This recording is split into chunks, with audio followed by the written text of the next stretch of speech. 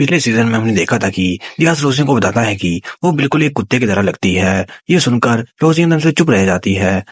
तभी दियास बोलता है कि अरे इसे गलत मत समझना, मैं बस ये कह रहा हूँ कि जब मैं छोटा बच्चा था तब मेरे पास एक कुत्ते का बच्चा था। ये सुनकर रोजी बोलती है कि तो तुम्हें लगता है कि मैं एक कुत्ता हूँ।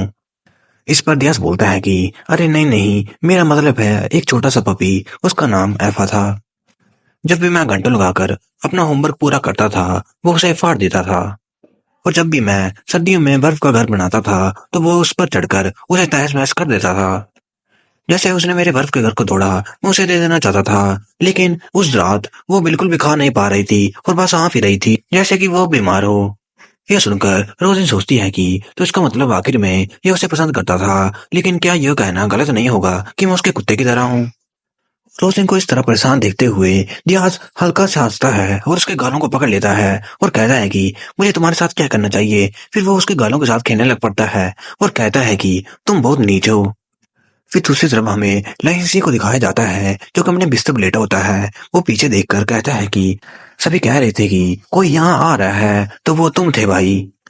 अगर आपने मुझे पहले बताया होता तो मैं खुद ही आपको ग्रेड करने के लिए बाहर आ जाता।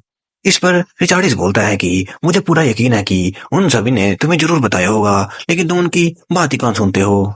फिर रिचार्डिस कमरे का बुरा हाल देखकर मन में सोचता है कि यहाँ अपना जीवन बताना काफी ज्यादा मुश्किल होगा। फिर रिचार्डिस लेंसी से बोलता है कि मैंने तुम्हें आशीर्वाद की रात में प्रचार करते हुए देखा था, वो काफी ज्यादा अच्छा था।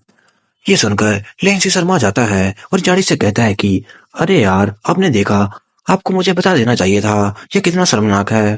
लेंसी बोलता है कि वो मेरा पहला भाषण था, अगर सम्राट ने मुझे इस तरह देखा होता तो वो हो। तभी रिचार्डिस मन में सोचता है कि सम्राट का बीपी काफी ज्यादा हाई रहता है, मुझे विश्वास नहीं होता कि यह दोनों खून के रिश्तेदार हैं। तभी लेंसी बोलता है कि पॉन्टिफेक्स के बूढ़े लोग मुझे बार बार उकसाते रहते थे क्योंकि मैं अभी बहुत ज्यादा जवान हूँ, इसलिए मैंने मैच्योर होकर बात करने का प्रयास किया था। वो कैसा था, आश्चर्यजनक था, है ना। यह सुनकर रिचार्डिस मन में बोलता है कि इसमें आश्चर्यजनक क्या था, तुम्हारी अपने आप को जानने की कमी। तभी लेंसी बोलता है कि अरे मुझे माफ करना, यह उन बातों के लिए समय नहीं है, मुझे अपने मेहमान के लिए कुछ परोसना चाहिए। इस पर रिचार्डिस बोलता है कि अरे नहीं नहीं, इसकी कोई जरूरत नहीं है। लेकिन तभी लेंसी वहां से उठ जाता है और कुछ ढूंढने लग पड़ता है। उसे देखकर रिचार्डिस सोचता है कि यह बिल्कुल भी नहीं बदला है। 6 राजकुमार और 7 राजकुमारियां, कुल 13 भाई बहन जिन्हें मैंने कभी नहीं मांगा था। सौतेले भाई बहन, मुझे पहले ही पता था कि हमारे बीच में कोई रिश्ता नहीं है। यह स्पष्ट था कि मैं उनके साथ नहीं रह पाऊंगा, लेकिन उनमें से एक व्यक्ति था जिसके साथ मैं कभी कभार मिल सकता था और चाय भी पी सकता था। मुझे यकीन है कि यह इसलिए संभव था क्योंकि वह लॉरेल लिक्स के नाम के साथ कोई रिश्ता नहीं रखता है। फिर लेंसी बोलता है कि तो भाई, आप यहाँ क्यों आए हो, एक ऐसी जगह में जिससे आप पूरी तरह से नफरत करते हो। ओ कहीं आपने जो पिछली बार क्रिस्टल दिए थे, कहीं आप उनके परिणामों के बारे में तो नहीं जानना चाहते। माफ करना, लेकिन उसके लिए अभी थोड़ा समय लगेगा। इस पर रिचार्डिस बोलता है कि हम उसके बारे में बाद में बात करेंगे, आज मैं तुमसे कुछ पूछना चाहता हूँ। लेंसी, राक्षसी ऊर्जा क्या है। इस पर लेंसी बोलता है कि मुझे पूरा यकीन है कि मेरा बुद्धिमान भाई राक्षसी ऊर्जा के सिद्धांत के बारे में नहीं पूछ रहा है जिसे बच्चे भी जानते हैं। तो क्या कहीं आपको बाल्टा में आशीर्वाद की रात के बारे में कोई सुराग तो नहीं मिला। यह सुनकर रिचार्डिस बोलता है कि तो तुम आशीर्वाद की रात के बारे में जानते थे। लेंसी बोलता है मैं एक पॉन्टिफेक्स हूँ, ईमानदारी से कहूँ तो आपको मंदिर में इसके बारे में कुछ नहीं सिखाया जाता है। मैंने इसका आधा हिस्सा अपने गुरु से सीखा है और आधा हिस्सा अपने आप सीखा है। यह सुनकर रिचार्डिस मन में सोचता है कि इसका मास्टर, अगर यह लेंसी का मास्टर है तो यह एक ऐसी व्यक्ति जो लेंसी को तब से धर्मशास्त्र सिखा रही है जब वो युवा राजकुमार था। उसकी इस बात पर प्रशंसा की जाती थी कि वो एक स्मार्टिन स्त्री है जो कि सबका ख्याल रखती है, लेकिन उसके अंदर कुछ और ही छिपा था। एक बुरे कल्ट का लीडर, पंथवादी सिद्धांत का प्रचार करना और नागरिकों के बीच अराजकता फैलाना एक मामूली अपराध नहीं है, इसलिए उसे मौत की सजा सुनाई गई। और जिस व्यक्ति ने पॉन्टिफेक्स के रूप में उस व्यक्ति की जगह भरी वो लेंसी था, क्योंकि वो उसका स्टूडेंट था। जब लेंसी ने यह भूमिका निभाई थी तो उस पर कई लोगों ने शक भी किया था, लेकिन उस समय लेंसी रो पड़ा था कि वो नहीं जानता कि वो इस तरह की व्यक्ति है।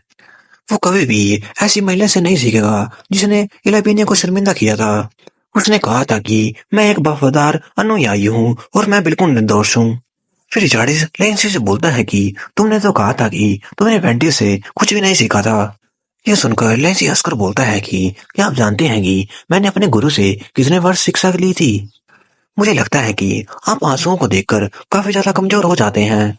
उन्होंने कभी भी कुछ ऐसा नहीं सिखाया था या कुछ ऐसा प्रचार किया था जो कि पंथवादी हो। एक कल्ट का लीडर, ये कितना बेतुका आरोप है। अगर आपको आशीर्वाद की रात के संबंध में पाल्टा में कुछ संकेत मिला है तो आपको पता होना चाहिए कि इसे सिर्फ पवित्र शक्तियों के साथ बुलाया नहीं जा सकता, है ना। रिचार्डिस बोलता है, हाँ, आपको दो शक्तियों और दो लोगों की जरूरत है, एक पवित्र शक्ति के साथ और एक शैतानी शक्ति के साथ। तभी लेंसी बोलता है, लेकिन पहल करने के लिए इलाबेनिया ने राक्षसी शक्ति की सभी आवश्यकताओं को खत्म कर दिया और राक्षसी मनुष्यों को सताया। मेरी गुरु को यह सच फैलाते हुए पकड़ लिया गया था। रिचार्डिस बोलता है कि वो कितनी साहसी व्यक्ति थी, यह अवश्य ही सम्राट के लिए काफी परेशानी भरा होता। क्लेंसी बोलता है कि शाही परिवार ने अपनी असीम पवित्र शक्तियों के साथ कई पीढ़ियों तक श्वेत रात्रि का आसमान किया होगा, है ना। रिचार्डिस बोलता है, सही कहा। तभी लेंसी बोलता है, तो फिर उन लोगों का क्या जो कि शक्तिशाली राक्षसी शक्तियों के साथ पैदा हुए हैं, क्या आपको पता है कि अब वे कहाँ हैं। यह सुनकर रिचार्डिस चौंक कर बोलता है कि क्या वो अभी भी जिंदा है। लेंसी बोलता है कि मुझे इस बात का पूरा यकीन है, लेकिन मुझे पूरा नहीं पता कि वे आखिर गायब कैसे हो गए। यह सुनकर रिचार्डिस मन में सोचता है कि अगर मैं इसके बारे में सोचूं तो भले ही वे शाही परिवार से ना हो, लेकिन मजबूत पवित्र शक्तियों वाले कई लोग इस महाद्वीप पे पैदा हुए हैं। मुझे यकीन है कि यही बात शैतानी शक्तियों के लिए भी कही जा सकती है, लेकिन सच्चाई यह है कि हमने इसके बारे में कुछ सुना ही नहीं है। जैसे ही वो वंश लुप्त हो गया, शक्तिशाली राक्षसी मनुष्य पैदा होना बंद हो गए। क्या यह बहुत ज्यादा अटकलें नहीं है? शायद इलेवेनिया के शाही परिवार में राक्षसी मनुष्यों के उत्पीड़न के अलावा और कुछ भी है जिसके बारे में मैं नहीं जानता हूँ। तभी लेंसी बोलता है कि यहाँ कुछ उल्लेखनीय बात है। ऐसे समय में एक अविश्वसनीय रूप में शक्तिशाली राक्षस मानव पूरे महाद्वीप में प्रसिद्धि के साथ प्रकट हुआ। अगर आप उसकी रक्षा करना चाहते हैं तो आपको सावधान रहना होगा। वे वाइट नाइट के रहस्यों के जितने करीब आएंगे उतना ही अधिक वे डेम रोजन की शक्तियों के बारे में इच्छा करेंगे। तभी रिचार्डिस बोलता है कि लेंसी, तुम हमेशा से साधारण रहते थे और मेरे जवाबों को इनकार कर देते थे। मुझे नहीं लगा था कि तुम मुझे सब कुछ इतने विस्तार से बताओगे। आखिर क्या बदला है? लेंसी बोलता है कि ऐसा नहीं है कि मैं रहस्यों को उजागर कर सकता हूँ, है ना। मैं भी यहाँ अपनी जान जोखिम में डाल रहा हूँ। सच कहूँ तो मैंने सोचा था कि आप पहले ही मर गए होते, लगभग 6 साल पहले। इस पर रिचार्डिस बोलता है कि तारीफ के लिए धन्यवाद भाई। यह सुनकर लेंसी हंसता है और कहता है, लेकिन मुझे लगता है कि इसमें मेरी जान को जोखिम में डालना उचित रहेगा। फिर थोड़ी देर के बाद वे सभी वहां से जाने लगते हैं। तभी रिचार्डिस मन में सोचता है कि मैंने जितना सोचा था उससे काफी ज्यादा जानकारी मुझे मिल गई है, इतनी कि मेरे सिर में दर्द हो रहा है। फिर रिचार्डिस चौतन से बोलता है कि सर चौतन, आप अकेले क्यों हैं? डेम रोजलिन कहाँ है? चौतन रिचार्डिस को बताता है कि मामेम डेम रोजिन राजकुमार दियाज के साथ मंदिर के बगीचे में है। यह सुनकर रिचार्डिस घबरा जाता है। वो चौतन से कहता है कि तुम कैसे एक ऐसे व्यक्ति को जो कि अस्वस्थ महसूस कर रहा है एक अनजान व्यक्ति के साथ अकेले छोड़ सकते हो? चौतन बोलता है कि अनजान व्यक्ति, लेकिन राजकुमार दियाज तो। तभी रिचार्डिस उसकी तरफ गुस्से से देखता है, जिसे देखकर चौतन उससे माफी मांगता है। फिर थोड़ी देर के बाद रिचार्डिस बगीचे में पहुंच जाता है और सामने देखकर वो मन में सोचता है कि इन दोनों की दूरी तो काफी ज्यादा नजदीक है और इस वातावरण के साथ क्या है, ऐसा लगता है कि वे दोनों कपल्स डेट पे हैं। तभी राजकुमार दियाज अपने हाथ में कुछ लेकर आगे बढ़ाता है और रोजलिन के मुंह में डाल देता है, जिसे देखकर रिचार्डिस एकदम से चौंक जाता है। यह देखकर रिचार्डिस गुस्से से बोलता है कि दियाज रे लवेनिया, यह अपने मासूम चेहरे के साथ किस तरह की नोटी चीजें कर रहा है। फिर रिचार्डिस लेविन को बुलाता है, उससे कहता है कि लेविन, ये दोनों जो भी कर रहे हैं इस चीज को तोड़ने के लिए सबसे बेहतर तरीका क्या है? मैं चाहता हूँ कि यह इस चीज को दोबारा करने के बारे में सपने में भी नहीं सोचें। यह सब कुछ देखकर लेविन मन में सोचता है कि इस आदमी की जलन तो बहुत ही ज्यादा पागलपन है। फिर लेविन रिचार्ड से बोलता है कि मामा ही मैंने आपको इस तरह बड़ा नहीं किया है। इस पर रिचार्ड बोलता है कि हाँ यह सच है, क्योंकि मैं अपने दम पर बड़ा हुआ हूँ। मैं तुमसे तब मिला था जब मैं 7 साल का था। यह सुनकर लेविन बोलता है कि आप इतने खड़ूस कैसे हो सकते हैं। लेकिन तभी रोशनी की नजर उन दोनों पर पड़ती है और वो उनकी ओर आने लग पड़ती है। उसे देखकर लेविन बोलता है कि वो हमारी तरफ आ तो रही है, लेकिन वो इतनी जानलेवा भावना क्यों पाल रही है और वो अपने हाथ भी गर्म कर रही है। फिर रोजलिन एक पत्थर को उठाती है और सीधा रिचार्डिस की ओर फेंक देती है। वो पत्थर रिचार्डिस को लगने ही वाला होता है, लेकिन तभी रिचार्डिस एकदम से उसे डॉज कर देता है और वो पत्थर पीछे जाकर एक आदमी को लग जाता है। फिर रोजी बोलती है कि वो एक हत्यारा था। यह देखकर रिचार्ड मन में सोचता है कि ऐसा प्रदर्शन डियाज के लिए काफी ज्यादा आघातकारी रहा होगा, क्योंकि वो दिल से कमजोर है। फिर रिचार्डिस डियाज की ओर देखता है और मन में बोलता है कि अरे ये क्या, ऐसा लगता है कि इसे तो इसका जरा सा भी फर्क नहीं पड़ा। फिर काफी देर के बाद हमें राजमहल में कैप्टन स्टेस को दिखाया जाता है, जहाँ रोजिन भी आ जाती है। तभी वो एक बिल्ली को टेबल पर देखकर एकदम से चौंक जाती है। फिर वो उसकी आंखों में देखती है। उसे पता चलता है कि वो बिल्ली कोई और नहीं बल्कि मैक्रोन है। फिर कैप्टन सेस बोलता है कि ये बिल्ली, प्रतिनिधि मंडल की यात्रा से वापस आने के बाद मैंने इस बिल्ली को कई बार देखा था। ये बहुत ही चतुर बिल्ली है। मैंने इसे एक बार खिलाया तो ये बार बार मेरे पीछे आने लग पड़ी। ऐसा नहीं है कि मैं डींगे मार रहा हूँ, लेकिन मेरी मिम्मी मेरे अलावा किसी के हाथों से खाना नहीं खाती। सर पार्टिक और चौथर ने इसे खिलाने की कोशिश की, लेकिन इसने उनका हाथ काट दिया। फिर रोजिन एक कागज आगे बढ़ाकर बोलती है कि ये लीजिए प्रतिनिधि मंडल की यात्रा की रिपोर्ट। फिर कैप्टन स्टेस उस रिपोर्ट को लेकर रोजिन से बोलता है कि तुम्हारे लिए एकदम से अपने कर्तव्यों पर वापस लौटना कठिन रहा होगा, क्योंकि इस महीने हमारे पास बहुत सारे काम हैं, इसलिए आप अपना बेहतरीन प्रयास करें। फिर रोजी बोलती है कि ठीक है सर, तो फिर मैं अब चलती हूँ। तभी बिल्ली म्याऊं म्याऊं करती है। ये देखकर कैप्टन सैस उसे बोलता है कि ऐसा लगता है कि मेरी मिम्मी तुम्हें पसंद करती है डेम रोजलिन। ये सुनकर रोजलिन बोलती है ओह अच्छा ऐसा है। फिर वो अपने मन में सोचती है कि आखिर यह करना क्या चाहती है। फिर थोड़ी देर के बाद वो वापस जा रही होती है। तभी वो मन में सोचती है कि कार्यक्रम कैलिक्स ने भी कुछ ऐसे ही चीज के बारे में बताया था। फिर हमें कैलिक्स और रोजिन की बातों के बारे में बताया जाता है, जिसमें कैलिक्स बोलता है कि बहन आप इस महीने और अगले महीने बहुत ज्यादा व्यस्त रहने वाली हो। इस साम्राज्य के नागरिकों के लिए स्थापना का महीना एक बहुत बड़ा मामला है। शिकार प्रतियोगिताएं, एक मार्शल आर्ट प्रतियोगिता और इन सब के बीच एक तापा गेंद। और हाँ, इस समय काफी ज्यादा लोग शादी भी करते हैं, क्योंकि ऐसा माना जाता है कि जो लोग इस शादी के महीने में शादी करते हैं वो हमेशा के लिए खुश रहते हैं। तभी वहाँ रेमन एक निमंत्रण लेके आ जाता है और कहता है कि रोजिन मैं भी शादी करने जा रहा हूँ, यह तुम्हारा निमंत्रण है। मैं पहले ही शादी करना चाहता था, लेकिन विभिन्न कारणों के कारण इसे आगे बढ़ा दिया गया था। मैं बहुत बेचैन हो रहा था, इसलिए प्रतिनिधि मंडल की यात्रा में जाने से पहले मैंने अपनी मंगेतर से कहा था कि जैसे ही मैं सुरक्षित वापस आऊंगा हम शादी कर लेंगे। और मैं सुरक्षित वापस आ गया।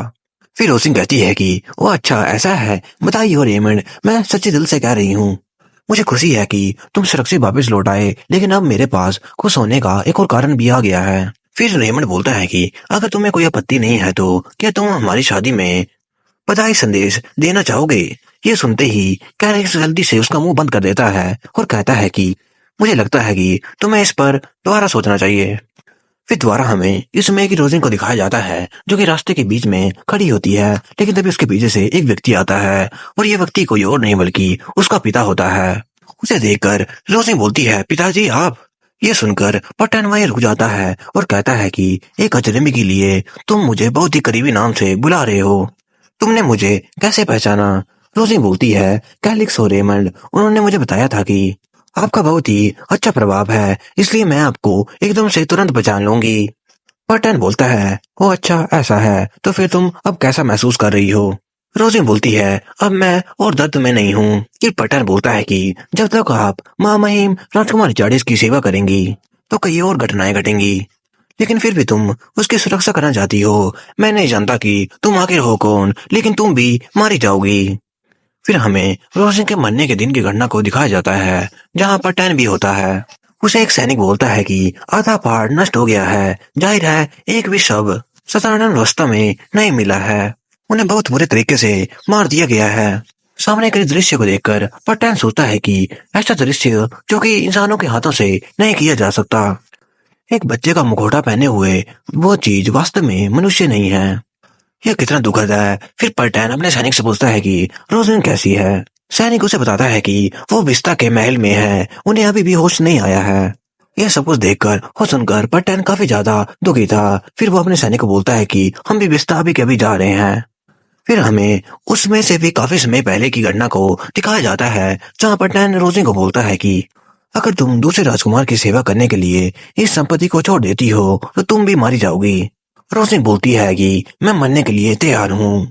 फिर पटेन बोलता है कि अगर मैं तुम्हें दोबारा नहीं देख पाया तो मैं आशा करता हूँ कि तुम स्वस्थ रहोगी। फिर हमें दोबारा आज की रोशनी को दिखाया जाता है, जो कि उसका जवाब देती है कि मैं नहीं मरूंगी। यह सुनकर पटेन एकदम से चौंक जाता है। यह देखकर रोशनी बोलती है कि आपने यह सच छुपाया कि मैं असली रोशनी नहीं हूँ। तभी पटेन बोलता है कि यह तुम्हारे लिए नहीं था, मैंने इसे इसलिए छुपाया क्योंकि मैं नहीं चाहता था कि रेड विलवेरो पर खतरा पड़े। यह सुनकर रोशनी बोलती है तो क्या आप उदास नहीं हैं? इस पर पटेन बोलता है कि वो एक ऐसी बच्ची थी जिसने रात की चांदनी की रक्षा करने के लिए अपने कर्तव्यों को त्याग दिया था। उस समय से वो मेरे लिए पहले ही मर चुकी थी। इस पर रोशनी बोलती है तो फिर आप उदास नहीं हैं, है ना? तभी पटेन बोलता है कि मेरे प्रश्न का उत्तर दो, तुम राजकुमार इजाड़ी की रक्षा क्यों करना चाहती हो? रोशनी बोलती है कि मैं महामहिम की रक्षा क्यों करना चाहती हूँ। ऐसा इसलिए है क्योंकि शुरुआत से ऐसा ही था। यह सुनकर दोनों कंफ्यूज हो जाते हैं। फिर रोशनी उससे पूछती है कि आप रेड विलवेरो और इलाबिनियो को क्यों बचाना चाहते हैं पिताजी? पटेन बोलता है कि ऐसा इसलिए है क्योंकि वे मेरे लिए अनमोल हैं। यह सुनकर रोशनी बोलती है कि अच्छा ऐसा है, मैं भी महामहिम की रक्षा इसलिए करना चाहती हूँ क्योंकि वे मेरे लिए अनमोल हैं। फिर पटेन रोजन की ओर देखता है और कहता है कि तुम असल में आखिर हो क्या? रोजन बोलती है मैं हूँ रोजलिन।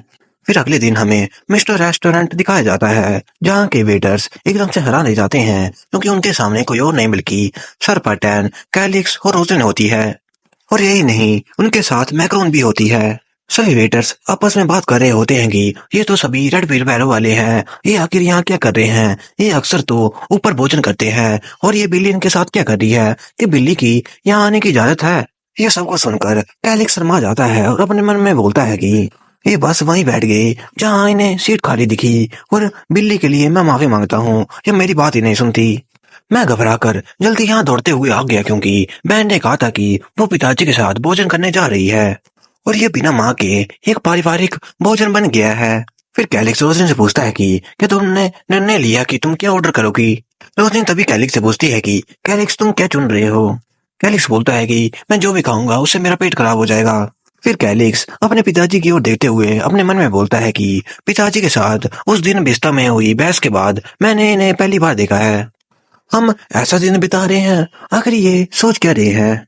तभी उनका खाना आ जाता है और वे खाना शुरू कर देते हैं। फिर पटेन बोलता है कि मैं कल तक सीमा पर वापस चला जाऊंगा। इस पर कैलिक्स बोलता है कि स्थापना दिवस नजदीक आ रहा है, आप उसके बाद क्यों नहीं चले जाते?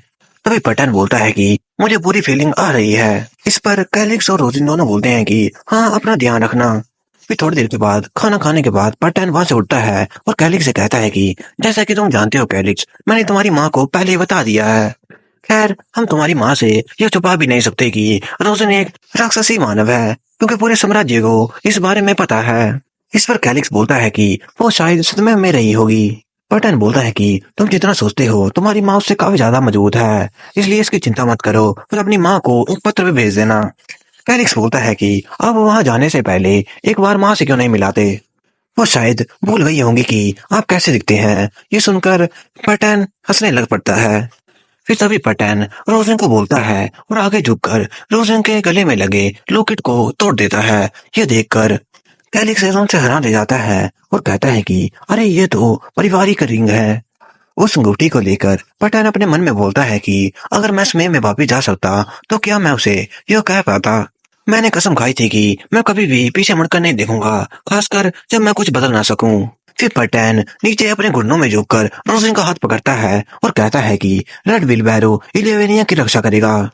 मैं इलेवेनिया की रक्षा करूंगा, लेकिन अभी के लिए तुम्हें इलेवेनिया को बचाना होगा। ये सुनकर रोशनी काफी ज्यादा खुश हो जाती है और कहती है, जी पिताजी। फिर हमें दूसरी तरफ एक व्यक्ति को दिखाया जाता है जो कि कहता है कि अच्छा ऐसा है तो हम मेलवेनिया पहुंचने वाले हैं। अब ज्यादा समय नहीं रह गया है जब मैं रोजिन को दोबारा देखूंगा। मैं बहुत उत्सुक हूँ। ये व्यक्ति कोई और नहीं बल्कि राजकुमार हकाबे होता है। पिछली वीडियो में हमने देखा था कि राजकुमार हकाबे इलेवेनिया आ रहा है। दूसरी तरफ इलेवेनिया में रोजिन अपने हाथ में अंगूठी को देखकर कहती है कि पिताजी ने कहा था कि अपने इलेवेनिया की रक्षा करो, मेरा इलेवेनिया। ऐसा कहकर वो सीधा रिचार्डिस की ओर देखती है, जैसे कि मानो वो यह कह रही हो कि मेरा इलेवेनिया तो राजकुमार रिचार्डिस ही है।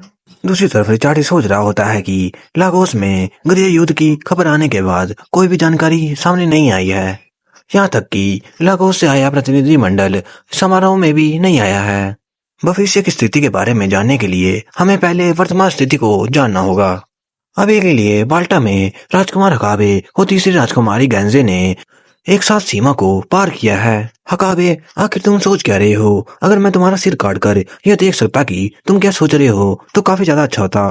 फिर रिचार्डिस रोजलिन की ओर देखता है और फिर से अपने मन में बोलता है कि ईमानदारी से कहूँ तो मैं नहीं चाहता कि रोजलिन हकाबे के साथ मीटिंग में मिले, लेकिन क्योंकि सिर्फ हम ही इसकी जादुई शक्ति को पहचान सकते हैं, इसलिए मेरे पास कोई और चारा नहीं है। तभी रोजिन की नजर भी रिचार्डिस पर पड़ती है और वे अपना हाथ हिलाती है। फिर थोड़ी देर के बाद राजकुमार कावे भी वहां पहुंच जाता है। वो रिचार्डिस को देखकर बोलता है, अरे देखो तो सही, सामने कौन है? राजकुमार रिचार्डिस। ऐसा कहकर वो सीधा राजकुमार रिचार्डिस को हक कर लेता है। रिचार्डिस बोलता है, राजकुमार हकाबे, मैं सोच रहा था कि आप इतने दिनों से ठीक थे या नहीं। हकाबे बोलता है, हाँ तुम्हारा शुक्रिया अदा है। फिर वो रिचार्डिस को घूरने लग पड़ता है। थोड़ी देर घूरने के बाद हकाबे रिचार्डिस से बोलता है कि तुम अभी भी पहले की तरह सुंदर हो। हमारे राजकुमार के सामने तो सबसे चमकदार हीरा भी अपनी चमक खो दे। तभी राजकुमार हकाबे की नजर रोजलिन पर पड़ती है और वो कहता है कि ड्यूक रोजलिन, हमें मिले हुए काफी समय हो गया है। ऐसा कहकर वो रोजिन को हक करने वाला होता है, लेकिन तभी साइड से रेमंड आ जाता है और वो उसे हक कर देता है। फिर रेमंड उसे कसकर पकड़कर और हंसते हुए बोलता है कि सच में काफी ज्यादा लंबा समय हो गया है। आपको अंदाजा भी नहीं होगा कि मुझे कितनी ज्यादा खुशी है कि आप मेरा इस तरह स्वागत करते हैं। फिर रिचार्डिस रेमंड को इस बात के लिए थम्स अप कर देता है। थोड़ी देर के बाद मीटिंग में राजकुमार काबे बोलता है कि जब मैंने यह खबर सुनी कि राजकुमार के प्रतिनिधिमंडल के घर लौटते समय उन पर हमला हो गया है, तो मुझे ऐसा लगा जैसे कि मेरा दिल धड़कना बंद हो गया हो। मुझे खुशी है कि आप सही सलामत वापिस आ गए। ये सुनकर रिचार्डिस अपने मन में बोलता है कि बेहतर होगा कि ये यहीं रुक जाएं। फिर रिचार्डिस हकाबे से बोलता है कि सबकी चिंताओं के कारण ही हम घर सही सलामत लौट आए हैं। तभी हकाबे बोलता है कि अरे ये तो कुछ भी नहीं है। अच्छा वैसे मैंने सुना है कि एक शो आने वाला है, अगर आपको कोई चिंता नहीं तो क्या मैं उसमें आ सकता हूँ? रिचार्डिस झूठी हंसी दिखाकर बोलता है कि अरे अरे बिल्कुल नहीं, मैं एक रक्षक के रूप में अपना काम कर रहा हूँ। तभी हकाबे बोलता है कि नहीं, ये थोड़े समय में घटित हो जाता है। रिचार्डिस बोलता है कि मुझे आशा है कि मुझे उस अद्भुत बात की बातचीत करने के लिए अवसर मिलेगा, और नहीं, इतनी जल्दी नहीं। इस पर हकाबे बोलता है कि कितने शर्म की बात है, अगर ऐसा है तो हम इस पर अपना मौका अगली बार आजमाएंगे। फिर वो अपने मन में बोलता है कि मेरे ग्रीन टेडानियन, मेरे ब्लैक मून। फिर रिचार्डिस अपने मन में सोचता है कि ऐसा लगता है शायद हकाबे सच में सिर्फ रोजिन को देखने के लिए आया है। दुश्मन के बैरक्स के अंदर जहाँ ढेरों ठिकाने हैं, एक देश की बुद्धिमान विरासत अपना आराम छोड़कर यहाँ क्यों आएगी? महत्वाकांक्षा का भार बहुत ज्यादा भारी और गहरा होता है। मैं जितना इसके बारे में जानता हूँ, मुझे उतना ही इसके बारे में सावधान भी होना होगा। फिर रिचार्डिस वहां से चला जाता है और चलते चलते अपने मन में बोलता है कि हकाबे के बारे में कोई भी जानकारी नहीं है। अगर ऐसा है तो फिर वो सीधा राजकुमारी गैंजे के पास चला जाता है। रिचार्डिस को देखकर राजकुमारी गैंजे काफी ज्यादा खुश होती है। फिर रिचार्डिस अपने मन में सोचता है कि यह मेरी साथी है, क्योंकि हमारा रिश्ता बहुत अच्छा है, इसलिए भी उसके साथ आ गई है ना। ब्लैक मून के बारे में कोई विशेष जानकारी नहीं है। मैंने पिछली बार भी इसे संपर्क किया था, लेकिन मुझे मालूम नहीं कि यह आखिर सोच क्या रही है।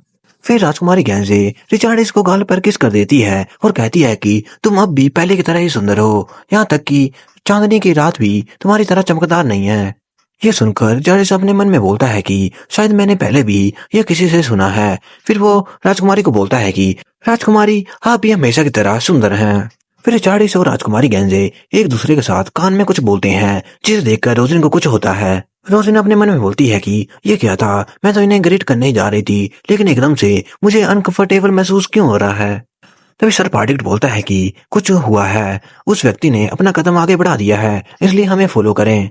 फिर दूसरी तरफ हमें एक नौकरानी को दिखाया जाता है जो कि कप में चाय भरी होती है। तभी कुछ बाल्टा के सैनिक वहां आते हैं, उस नौकरानी को धक्का देते हैं और आगे सीधा जाकर राजकुमारी के चारों तरफ गिर जाते हैं।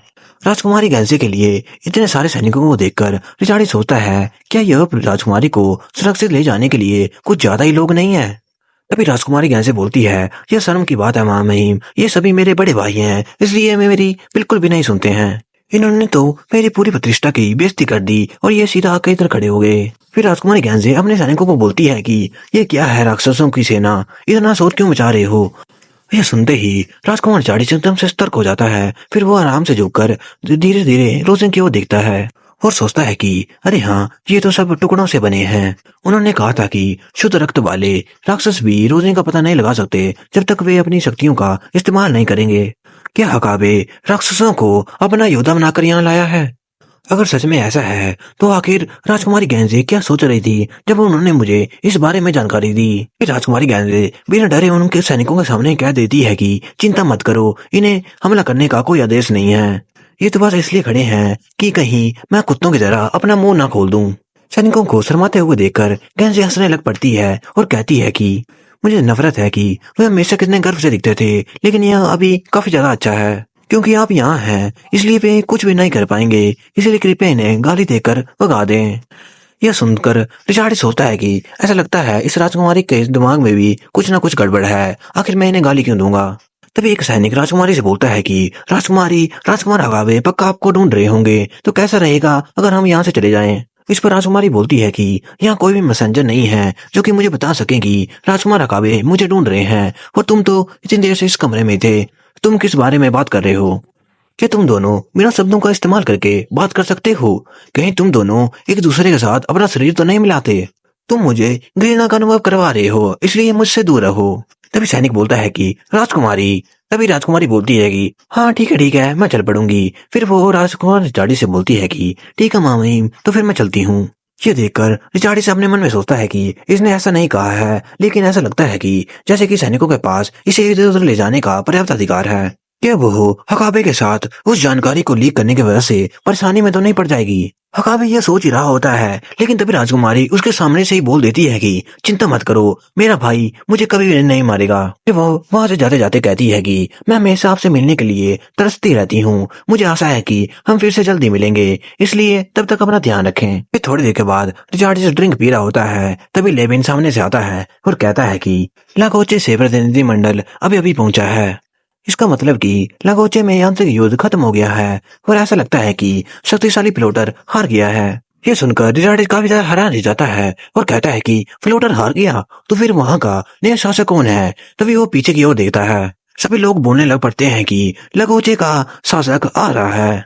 तभी वे सामने देखते हैं और वे सभी हैरान हो जाते हैं क्योंकि सामने कोई और नहीं बल्कि एक बच्चा था। इतने सारे लोगों को देखकर वो बच्चा एकदम से घबरा जाता है और फिर शर्मा जाता है। उसे देखकर रिचार्डिस बोलता है कि इतना छोटा बच्चा, रईस लोग देश पर राज करने की कोशिश कर रहे होंगे, मुझे लगता है कि लागोचे गिर गया है।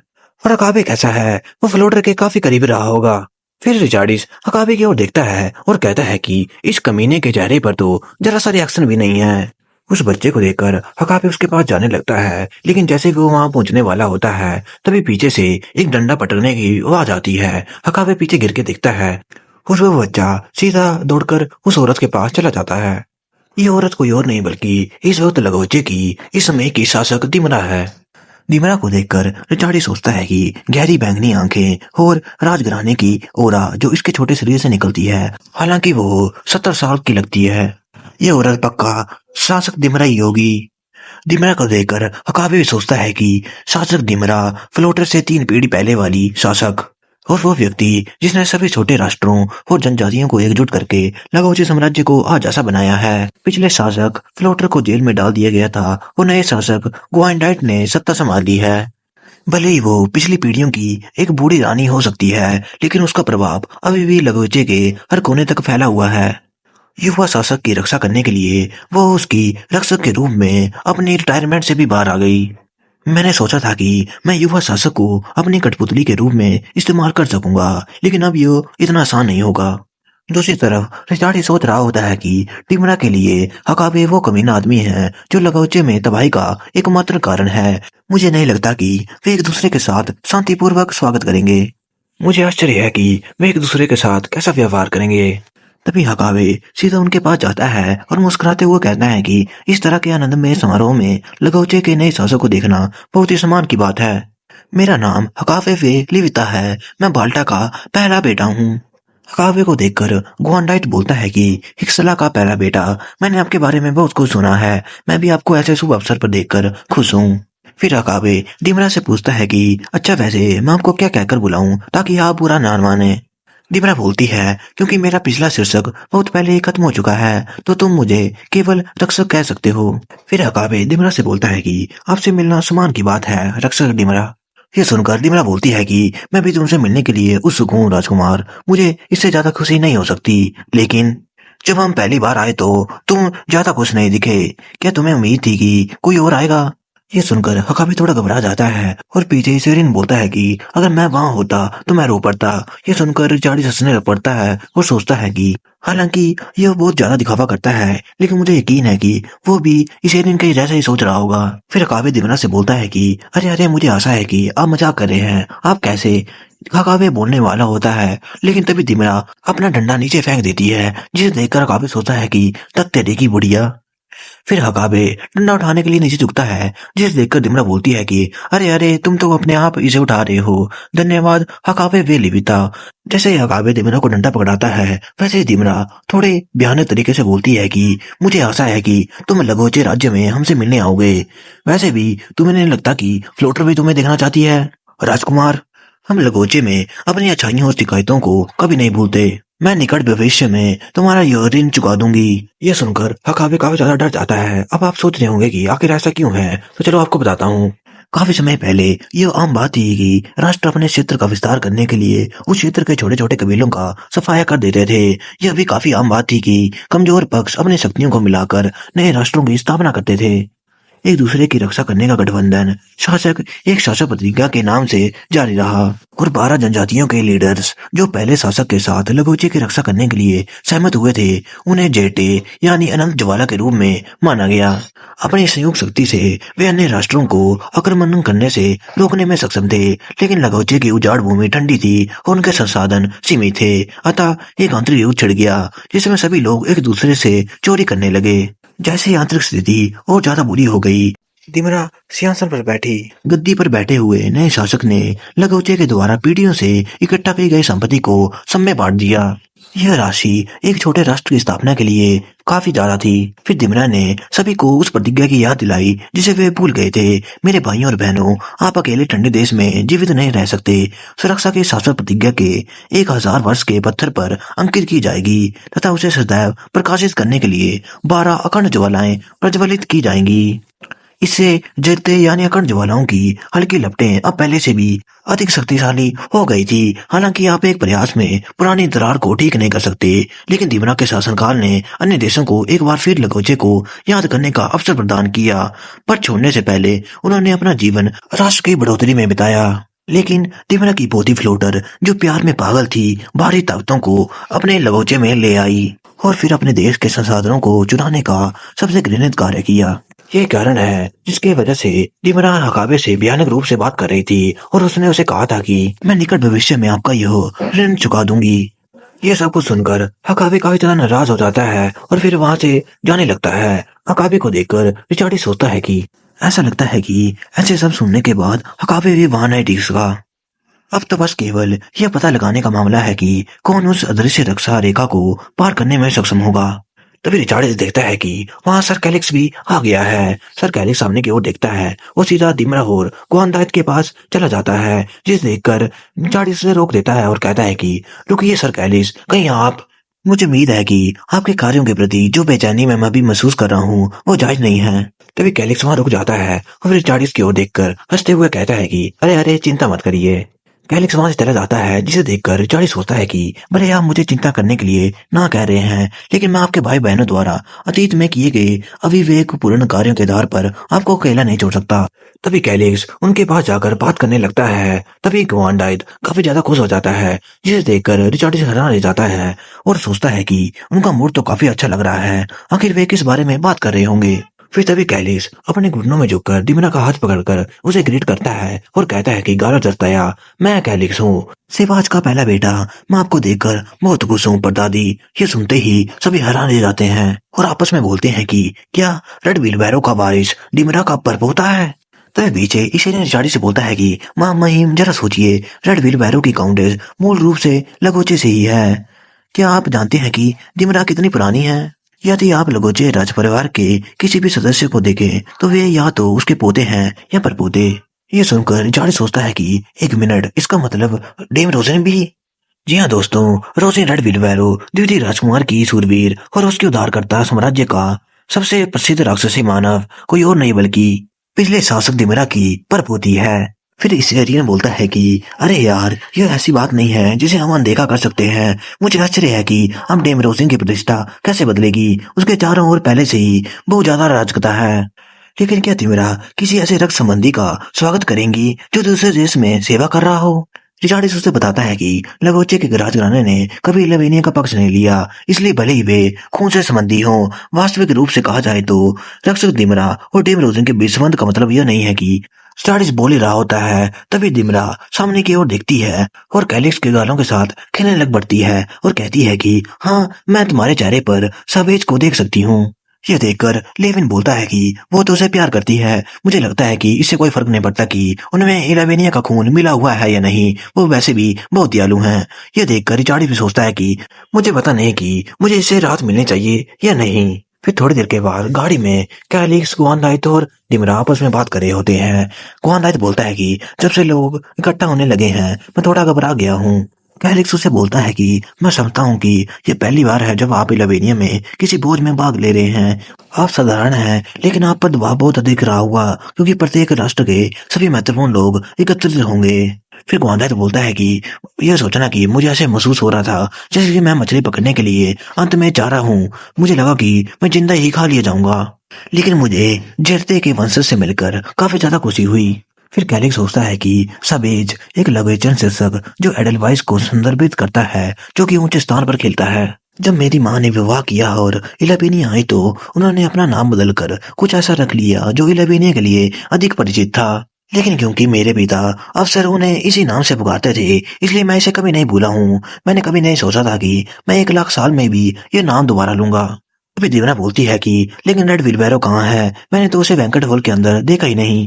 कैलिक्स थोड़ा घबराकर बोलता है कि ओह, मेरे पिता अपने कर्तव्य में काफी व्यस्त हैं, सीमा की रक्षा करने में। तभी देवना बोलती है कि मुझे लगता है कि वो अभी भी व्यस्त होने का बहाना बनाकर अपने परिवार को अलग थलग रखता है। वो मेरी पोती को ले गया जिसे मैंने अपने हाथों से पाला था, आखिर उस छोटे कीड़े ने क्यों? ये सुनकर कैलिक्स सोचता है कि मुझे लगता है कि वो मेरे पिता से बहुत ज्यादा प्यार नहीं रखती हैं। अच्छा, तो जब पिताजी ने कहा था कि उन्हें बुरी फीलिंग आ रही है तो उन्होंने इसके लिए कहा था, ना कि बाल्टा के लिए। तभी दिमरा बोलती है, लेकिन कैलिक्स, मैं रोसलिन को कब देख पाऊंगी? मेरे लिए यही खुशी की बात है कि मैं तुम दोनों को यहाँ देख पाऊंगी। ये सुनकर कैलिक्स पहले सोचता है कि मेरे सामने जो व्यक्ति है वो कोई साधारण बुजुर्ग रिश्तेदार नहीं है, वो महान शक्तिशाली है जिसके पास अपने ठंडे उजाड़ राष्ट्र की वफादारी है, और वो व्यक्ति जिसने सबके सामने बाल्टा के साथ गठबंधन तोड़ दिया है। अगर इलेवेनिया में कोई अधिकारी होता तो वे इन्हें अपनी नजरों में रखते। बहुत बढ़िया काम कैलिक्स सिस्टर, तुम अपने खून के रिश्तेदार का इस्तेमाल करना चाहते थे जिसे तुम पहले कभी भी नहीं मिले हो, कितनी बुरी बात है। लेकिन अब जब मुझे अपने बीच से यह सुरक्षा की कोई चिंता नहीं है तो इसके लिए कोई जगह नहीं है। फिर कैलिक्स दिमरा से बोलता है कि वो राजकुमार रिचार्डिस की रक्षक नाइट हैं, इसलिए वो बिना अनुमति के अपना पद नहीं छोड़ पाएंगी। यदि आपको कोई आपत्ति नहीं है तो क्या मैं आपको मोस्टोर पैलेस तक ले जा सकता हूँ? फिर कैलिक्स सोचता है कि मुझे अपनी बहन या राजकुमार रिचार्डिस का समर्थन करने के लिए उसे लाने की कोई आवश्यकता नहीं है। डिमरा का मूनस्टोन पैलेस में प्रवेश का सदमा ही काफी है। कैलिक्स डिमरा से बोलता है कि मेरी बहन भी आपसे मिलने के लिए उत्सुक है परदादी। ये सुनकर डिमरा बोलती है कि ओहो, अच्छा ऐसी बात है। यह खबर सुनते ही कि कैलिक्स डिमरा और ग्वांडाइट को अपने साथ महल लेके आ रहा है, इसे एरियन काफी ज्यादा घबरा जाता है। उन्हें देखकर रिचार्डिस बोलता है कि क्या तुम सभी डर रहे हो कि कोई कहेगा कि तुम भाई नहीं हो या कुछ और, इसलिए तुम सभी एक ही तरह का व्यवहार करते हो। लेविन बोलता है कि क्या मामीम आपका मतलब घटना और दुर्घटना के बीच का अंतर है। तभी सेरियन भी बोलता है कि यहाँ तक कि वो पहलू भी अदृश्य स्थान पर तेजी से बदल जाता है। फिर रिचार्डी सोचता है कि लेकिन कुछ भी हो, यह स्पष्ट रूप से एक अच्छा अवसर है। इसमें भ्रम की स्थिति जरूर है, लेकिन तभी इसेरियन बोलता है कि यहाँ तक कि मुख्य अधिकारी को भी पता नहीं है। मुझे आश्चर्य है कि लॉर्ड कैलिक्स ने उन्हें चांद महल की इस यात्रा के लिए कैसे राजी किया होगा। रिचार्डिस बोलता है, हाँ मुझे भी नहीं पता। तभी लेविन बोलता है कि क्या यह हो सकता है कि विस्ता में प्रसिद्ध और सुंदर कैल का असली रूप सामने आ गया हो, इतने हद तक कि दादी का दिल पिघल गया हो। यह सुनकर रिचार्डिस बोलता है कि प्यारा यह क्या है, तुमने तो मेरे दिल की धड़कन ही रोक दी थी। दूसरी तरफ कैलिक्स और दिमरा भी वहां पहुंच जाते हैं। दिमरा कैलिक्स से बोलती है कि यह जानते हुए कि मेरे विचार अहंकारी थे और मैंने अपनी मर्जी से काम किया, तुम पूरी तरह सेवेज की तरह हो। यह सुनकर कैलिक्स अपने मन में सोचता है कि दरअसल यह पहली बार है जब किसी ने मुझे कहा कि मैं अपनी माँ की तरह लगता हूँ। लेकिन फिर कैलिक्स दिमरा से बोलता है कि आपसे जन्मदिन का उपहार पाना मेरा जीवन भर का सपना है। दिमना बोलने वाली होती है कि जब मैं पैदा हुई थी, लेकिन तभी कैलिक्स बोलता है कि हालांकि मेरे जन्मदिन तक अभी 1 महीना बाकी है। फिर दिमना बोलती है कि सवेज की सबसे अच्छी बात यह है कि वो हमें ऐसी चीजों से प्रभावित करती है जो बहुत स्पष्ट लगती हैं। तुम कुछ कुछ अपनी माँ जैसे हो। फिर राजकुमार चार्टिस भी उनके स्वागत के लिए वहां आ जाता है और कहता है कि मैं सच में आपके यहाँ तक आने की सराहना करता हूँ, बिफेरम ग्वांडाइट। मैं रिचार्डिस हूँ, इलेवेनिया का दूसरा राजकुमार। ग्वांडाइट बोलता है कि मेरा स्वागत करने के लिए धन्यवाद, हालांकि मैं अचानक ही आपके पास आ गया महामहिम।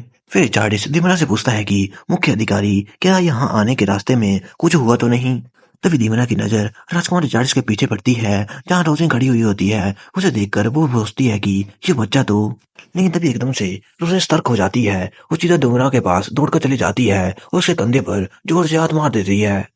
ये देखकर रिचार्डिस और कैलिक्स काफी ज्यादा घबरा जाते हैं, लेकिन तभी रोजिन अपने हाथ में एक मक्खी बताती है और कहती है कि ये एक मधुमक्खी है। यह एक काली पीठ वाली खुदाई करने वाली मधुमक्खी की प्रजाति है। मैंने इसे पहले एक बिस्कुट में देखा था। यह प्रजाति अत्यधिक जहरीली है, इसलिए आपको सावधान रहना चाहिए। ये देखकर गोंदाइट रोजिन से काफी ज्यादा इम्प्रेस हो जाता है और वो रोजिन की ओर देखता ही रहता है और फिर वो अपना थैला निकाल कर बोलता है कि क्या मैं इसे अपने साथ ले सकता हूँ। फिर रोजिन उस मधुमक्खी को उसके थैले में डाल देती है। फिर सभी बाकी के लोग काफी ज्यादा राहत की सांस लेते हैं। फिर जिमरा बोलती है कि यहाँ तक आते आते कई चीजें दिखी जो कि मैंने सोची भी नहीं थी। इस पर रिचार्ड से बोलता है कि वो अच्छा ऐसा है। फिर वो अपने मन में बोलता है कि इस तरह से तो मेरा दिल पूरी तरह धड़कना ही बंद हो सकता है। फिर थोड़ी देर के बाद सभी खाना खाने बैठे होते हैं। तभी कैलिक्स ग्वांडाइट से बोलता है कि ग्वांडाइट प्रसिद्ध चंद्रमुखी पत्थर महल उद्यान अब अत्यंत सुंदर फूलों से पूरी तरह से खिल चुका है। ये सुनकर ग्वांडाइट दिमरा की ओर देखता है ताकि उसे अनुमति मिल जाए। फिर दिमरा अपना सिर हिलाकर उसे हाँ कर देती है और फिर इसी तरह कैलिक्स उसे अपने साथ बगीचे में ले जाता है। ये देखकर रिचार्ड सोचता है कि चाहे यह बात हो या वो बात हो, यह स्पष्ट है कि कैलिक्स अत्यंत ही बुद्धिमान है। ये बहुत ही ज्यादा मददगार होगा। फिर जिमरा बोलती है कि मैं कैला जारता के अन्य बच्चों से मिलने के लिए बहुत उत्साहित हूँ।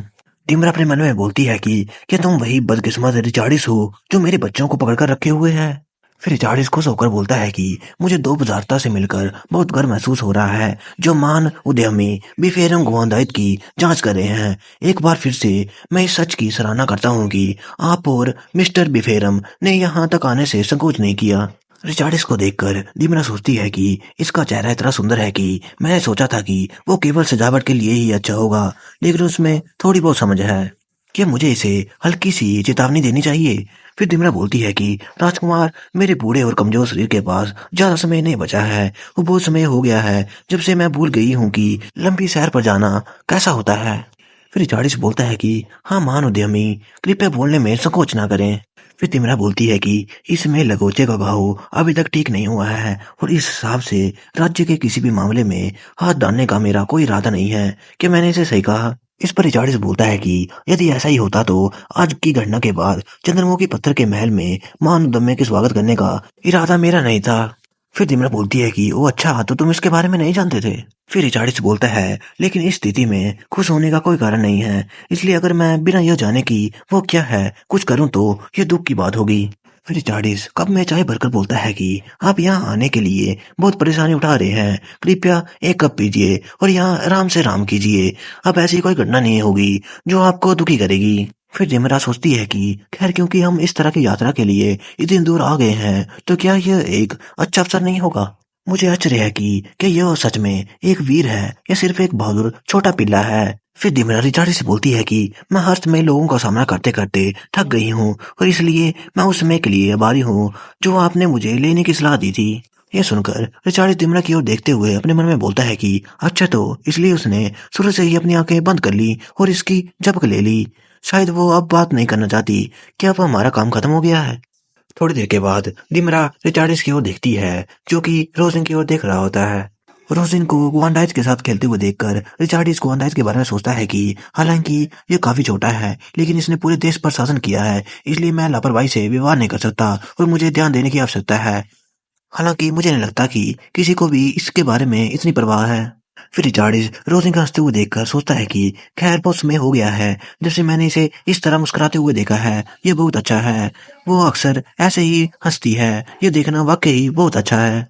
तभी दीमरा पीछे से बोलती है कि राजकुमार रिचार्डिस। ये सुनते ही रिचार्डिस एकदम से चौंक जाता है और कहता है कि हाँ महान उद्यमी। फिर रिचार्डिस अपने मन में बोलता है कि अरे बाप रे, मैं तो भूल ही गया कि मैं महान उद्यमी के सामने बैठा था। फिर दिमरा बोलती है कि सफेद के सबसे बड़े बेटे के साथ जो कुछ भी हुआ था उसके कारण मैं काफी ज्यादा परेशान हो गई थी और फिर मैंने दूर दूर के उजाड़ देशों की यात्रा की। वैसे मैं आपके प्रति अपना आभार व्यक्त करना चाहती हूँ जिन्होंने मेरी उस परेशानी को दूर करने में मेरी मदद की और मुझे यहाँ तक पहुँचाया। अब हम मिल चुके हैं तो शायद ऐसा करने की कोई जरूरत नहीं है ना। आपने यह काम अपने लिए ही भी किया है। ये सुनकर रिचार्डिस काफी ज्यादा शर्मा जाता है और मन में बोलता है कि तो आखिरकार इन्हें पता चल ही गया। और फिर कहता है कि क्या यह इतना स्पष्ट था। डिमरा बोलती है कि आप इसे अपने चेहरे पर भी लिखवा सकते हैं, शायद भी आपकी सुंदरता से इतने विचलित हो जाएं कि उन्हें यह ध्यान ही ना आए। तभी रोजिन वहां आ जाती है और कहती है कि माँ महिम रक्षक देखिए। रिचार्डिस बोलता है कि डेम रोजिन क्या हुआ एकदम से। और रोजिन कहती है जरा इसे तो देखिए। फिर वो एक पंछी के बच्चे को बताती है और कहती है कि यह एक ऐसा प्राणी है जो लगोचे में नहीं पाया जा सकता। मैं मानती हूँ कि यह अपने घोंसले से गिर गया है। मैंने सुना था कि अगर इसमें इंसानों की गंध आएगी तो इसकी माँ इसे छोड़ देंगी, इसलिए मैंने इसे अभी के लिए पत्तों से ढक दिया है। ये देखकर रिचार्डी सोचता है कि वो हमें कुछ बहुत ही सुंदर और मनमोहक दिखाने के लिए इसे सावधानी से लेकर आ गई। यह वास्तव में बहुत प्यारी है। तभी रोजिन बोलती है ये आपसे बहुत ज्यादा मिलता जुलता है माँ महिम। ये सफेद कोमल और बहुत ही ज्यादा क्यूट है, क्या आप इसकी सुरक्षा नहीं करना चाहते। तभी दिमरा देखती है कि रिचार्डिस बहुत ज्यादा शर्मा रहा है। फिर रिचार्डिस बोलता है कि हाँ ठीक है, तुम्हारा धन्यवाद डेम रोजिन। मैं पक्षी के बच्चे को करीब से देख पाया इससे पहले कि इसकी माँ इसे ढूंढे। बेहतर होगा कि तुम इसे वापस रख दो, जब तुम पेड़ पर चढ़ोगी तो ध्यान रखना। यह सब कुछ सुनकर दिमरा कुछ सोच रही होती है। थोड़ी देर के बाद रोजिन उस पक्षी के बच्चे को उसके घोंसले पर रख आती है। दूसरी तरफ जार्डिस थोड़ा शर्माकर कहता है कि मुझे आशा है कि आप कुछ भी कहने से नहीं छुपाएंगी। दीपना बोलती है कि मैं कुछ भी कहने की योजना नहीं बना रही थी, लेकिन अगर मैं कुछ पूछूं तो मैंने सबे से उसकी शादी से पहले पूछा था कि उसे रेड व्हीलबैरो में सबसे ज्यादा क्या पसंद आया था और उसका जवाब था कि वो क्यूट था। यह सुनकर रिचार्डी सोचता है कि वो बूढ़ा आदमी प्यारा है। फिर दिमरा बोलती है कि गारा जड़ते की ज्वाला तब भी जलती रहती है जब वे शासक से दूर होते हैं, लेकिन यह केवल सिर्फ क्यूट चीजों तक ही सीमित है। यह सुनकर रिचार्डिस काफी ज्यादा शर्मा जाता है और कहता है लेकिन नहीं, मैं उस डरावने बूढ़े आदमी से अपनी तुलना नहीं करना चाहता, लेकिन वो खुश भी है। दीपना उसके बारे में सोचती है कि मैंने सुना है कि लबेनिया के दूसरे राजकुमार जितने सुंदर हैं उनसे मिलना उतना ही कठिन है। यह इसके आत्मविश्वास वाले वर्जन से कई बेहतर है। अपने शब्दों को वापस लेने के लिए सावधानी पूर्वक निर्णय लेने की आवश्यकता है, लेकिन अभी मेरे पास ज्यादा समय नहीं बचा है। फिर दिमरा राजकुमार से बोलती है कि राजकुमार, जिस गेस्ट हाउस में मैं रह रही थी वो एक पुरानी कब्र है और मैं एक जीवित लाश हूँ जो उसमें से रेंग कर बाहर आई है। यह सुनकर रिचार्डिस बोलता है कि यदि आपके पास कब्र से बाहर आने का कोई कारण है। तभी दिमरा बोलती है कि वो लगोचे जिसे मैं जीवन भर प्यार करती रही टूट गया है और बाल्टा के वे जंगली कुत्ते इसकी खुशबू से लार टपका रहे हैं। माधवीप का पिता एक कायर है जो उन चीजों की ओर से अपनी आंखें मूंद लेता है जिन्हें देखा जाना चाहिए, जिससे मुझे कोई सहारा नहीं मिला। मैंने सोचा कि एक जीवित लाश के रूप में यह मेरी आखिरी भूमिका होगी कि मैं उस भड़काने वाले को अपने साथ कब्र में ले जाऊं, हमारी भविष्य की पीढ़ियों के लिए। यह सुनकर रिचार्डिस अपने मन में सोचता है कि वो सिर्फ लोडर को बाहर निकालने के लिए अपने रिटायरमेंट से बाहर नहीं आई है। यह महिला अपने बूढ़े और कमजोर शरीर के बावजूद दावा दे रही है कि अगर इससे लगोचे को बचाना है तो वो फिर से युद्ध के बीच में खड़ी होगी। फिर चार्डिस दिमला से पूछता है कि रक्षक, क्या मैं पूछ सकता हूँ कि आप अभी ये क्यों कह रही हैं? क्या आपको शायद मुझसे कोई उम्मीदें हैं? इस पर दिमला बोलती है कि उम्मीदें ऐसी भावनाएं नहीं हैं जिन्हें मैं बलपूर्वक पैदा कर सकती हूँ। मैं कैसे कह सकती हूँ कि मेरी उम्मीदें हैं जब दिल वही चाहता है जो वो चाहता है। बात बस इतनी है कि व्यक्ति में उम्मीदों को व्यक्त करने की शक्ति होनी चाहिए। तो बस कम से कम इतना ही। मैं इससे बहुत प्रभावित हुई, पक्षी के बच्चे के साथ तुम्हारी प्यारी समानता के कारण। यह सुनकर रिचार्ड काफी ज्यादा शर्मा जाता है। थोड़ी देर के बाद कैरिक, सोजिन और ग्वांदाइट वापस आ जाते हैं, जिन्हें देखकर रिचार्डिस बोलता है कि क्या आपने अपने दौरे का आनंद लिया महाराज? ग्वांदाइट बोलता है कि हाँ, ये एक खूबसूरत जगह है, मुझे ये बहुत पसंद आई। मैंने एक पक्षी का बच्चा देखा और क्योंकि रोजिन ने मुझे अपनी गर्दन पर उठा लिया था तो मैंने अपने हाथों से एक बड़े पेड़ से फल तोड़ने के में भी सक्षम हो गया। ये सुनकर नाथन बोलता है कि डेम रोजिन, तुमने क्या किया है? आपने इसे रोका क्यों नहीं महाराज? इस पर ग्वांदाइट बोलता है कि डेम रोजिन को डांटो नहीं, यह ऐसा कुछ है जो मैं बड़ा होने के बाद नहीं कर पाऊंगा। डेम रोजिन ने मुझे एक ऐसा बचपन दिया है जो मैं दोबारा कभी अनुभव नहीं कर पाऊंगा, इसलिए मुझे काफी ज्यादा आनंद आया। फिर ग्वांदाइट रोजेन से बोलता है, लेकिन यह अच्छा विचार होगा कि आप अधिक शिष्टाचार सीखें डेम रोजेन, क्योंकि ये लोगों द्वारा एक दूसरे का सम्मान करने के लिए बनाए गए नियम हैं। इन्हें वाव न समझें और इनका निरंतर अभ्यास करें। मैं भी देख सकता हूँ कि आप में क्या कमी है, हालांकि मैं परफेक्ट होने से कोसों दूर हूँ। मैं नहीं चाहता कि कोई भी सम्राट जयते का अनादर करें या उसका मजाक उड़ाएं, इसलिए मुझे उम्मीद है कि आप अपना सर्वश्रेष्ठ प्रयास करेंगे। रोजी बोलती है, हाँ शासक जी। फिर दूसरी तरफ हमें इलेवेनिया के सम्राट को दिखाया जाता है जो कि अपने सैनिकों से बोलता है, तो रक्षक डिमरा ने राजकुमार रिचार्डिस के मूनस्टोन पैलेस का दौरा किया है ना? सैनिक बोलता है, जी सम्राट। यह सुनकर सम्राट हंसने लग पड़ता है और कहता है कि तुम सब वहां जमे हुए क्यों खड़े हो? वो शायद रेडविल वैरो की बेटी से मिलने गई होगी। इस सच को सब जानते हैं कि रक्षक अपने सभी रिश्तेदारों को बहुत महत्व देती है। सैनिक बोलता है, बिल्कुल, आप बिल्कुल सही कह रहे हैं सम्राट। दूसरे देश का राजकुमार और वो बूढ़ा भाग क्या कर सकते हैं? वो भी ऐसे समय में जब लगोचे को बाल्टा के राजकुमार के हाथों कष्ट सहना पड़ा। निसंदेह दूसरे राजकुमार के लिए यह महत्वपूर्ण लाभ होता यदि रक्षक उनसे मिलने आती। मुझे लगता है कि उस राक्षसी मानव ने फिर से उसकी मदद की है। क्या वो रोजे एस्टर थी, रेड बिलवैरो की बेटी? मुझे ये बात परेशान करती है कि मैं कितनी बार यह नाम सुनता रहता हूँ। फिर काफी समय बाद दूसरी तरफ हमें रिचार्डिस को दिखाया जाता है जो कि एक मीटिंग में होता है। रिचार्डिस बोलता है कि सम्राट मुझे राक्षसी मानव रोजिन को अपने पास रखने की अनुमति दे रहे हैं क्योंकि उन्हें लगता है कि मुझे आशीर्वाद की रात के समारोह के बारे में कुछ भी पता नहीं है। वो मानते हैं कि वफादारी शिकारी कुत्तों का परिवार रेड बिलवैरो और रोजिन उनके हाथ की हथेली में है, लेकिन ऐसा लगता है कि वो एक गार्ड तैनात कर रहा है क्योंकि वो रोजिन के बारे में सुनता रहता है। मेरा मानना है कि इस समय उसे सांत्वना देना आवश्यक है। फिर तभी कैप्टन स्टेस बोलता है कि तो क्या आप इस बार डेम रोजिन को मार्शल आर्ट प्रतियोगिता में भाग लेने देने की योजना बना रहे हैं? रिचार्डिस बोलता है कि मुझे लगता है कि हमें ऐसा ही करना चाहिए। मैं नहीं चाहता कि वो इतना ध्यान आकर्षित करे, लेकिन क्योंकि चीजें इस तरह से बदल गई हैं, हालांकि राक्षसी ऊर्जा मानव आंखों को दिखाई नहीं देगी, कम से कम वे उसकी लड़ाकू क्षमताओं को देख सकेंगे। लोग इस बात की पुष्टि कर सकेंगे कि उनकी नायिका के बारे में अफवाहें बढ़ चढ़ा कर नहीं कही गई हैं। तभी क्लोई बोलती है कि और एक बार जब वो सभी दर्शकों के सामने विजय हो जाएगी तो वो सम्राट को सारा सम्मान और गौरव देगी, लेकिन क्या यह काम करेगा? इस पर रिचार्डिस बोलता है कि बिल्कुल, इस तरह के बचकाने तरीके हमारे प्रिय सम्राट पर आपकी सोच से कहीं अधिक कारगर साबित होते हैं। फिर शाम के समय सभी दोबारा वही चीजें कर रहे होते हैं जो उन्होंने पिछले कल की थी। रिचार्डिस बोलता है कि मैंने सुना है कि लगोचे में जादू और देवीय शक्तियां इलेवेनिया से पूरी तरह अलग हैं। दीमना बोलती है कि जादू की शक्ति, दिव्य शक्ति वास्तव में साम्राज्य का विषय है। लगोचे में ठंड मासिक से भी अधिक भयंकर है, जबकि बसंत की धूप गर्म है। हमें इसे प्रकृति के एक हिस्से के रूप में स्वीकार करना चाहिए। इस पर रिचार्डिस बोलता है कि क्या आपको लगता है कि मुख्य अपोस्टल नास्तिक है? दीमना बोलती है कि यदि ऐसा होता तो महाद्वीप ऐसा नहीं दिखता। रिचार्डिस बोलता है, हाँ हाँ, मुझे भी ऐसा ही लगता है। वैसे मुख्य अपोस्टल ने एक बार कहा था कि आशीर्वाद रात्रि भी प्रकृति की एक शक्ति है, लेकिन अब प्रकृति ने अपना चक्र क्यों रोक दिया है? यह सुनकर दीमना बोलती है कि इलेवेनियम में ऐसा सुनने की उम्मीद नहीं थी। यह थोड़ा अजीब है। यदि घाटी में भूस्खलन हुआ तो वहां से गुजरने वाली सड़क बंद हो जाएगी, लेकिन अंत में क्या यह सचमुच मायने रखता है कि यह कैसे हुआ? यह भूकंप के कारण भी हो सकता है या कोई व्यक्ति प्रकृति के विरुद्ध जाकर पहाड़ को नष्ट करना चाहता है। फिर पीछे से एक नौकरानी रिचार्डिस के बालों को ठीक करती है और कहती है कि महामहिम, कहीं आपको अनकंफर्टेबल तो महसूस नहीं हो रहा? लेकिन रिचार्ड उन्हें उसके बालों से हाथ लगाने देता है, जिसे देखकर नौकरानियां हैरान रह जाती हैं और कहती है कि ये आखिर चल क्या रहा है। असल में तो यह थोड़ा सा हिलाने से ही नाराज हो जाते थे। फिर उनमें से एक नौकरानी जल्दी से एक नेकलेस लेके आती है और रिचार्ड को पहना देती है। थोड़ी देर के बाद रोजिन को रिचार्ड रास्ते में चलता हुआ मिलता है, जिसे देखकर रोजिन काफी ज्यादा हैरान हो जाती है और कहती है कि मामी, आप तो बहुत ही ज्यादा सुंदर लग रहे हैं। फिर रिचार्ड से बोलता है कि अरे हाँ लेडी रोजिन, अब आपका शरीर कैसा है। रोजी बोलती है अभी भी ठीक है। इस पर रिचार्डिस बोलता है कि अपने आप पर बहुत अधिक दबाव ना डालें, इस व्रत घटना के लिए चोट मत खाना। रोजी बोलती है यह एक महत्वपूर्ण इवेंट है ना।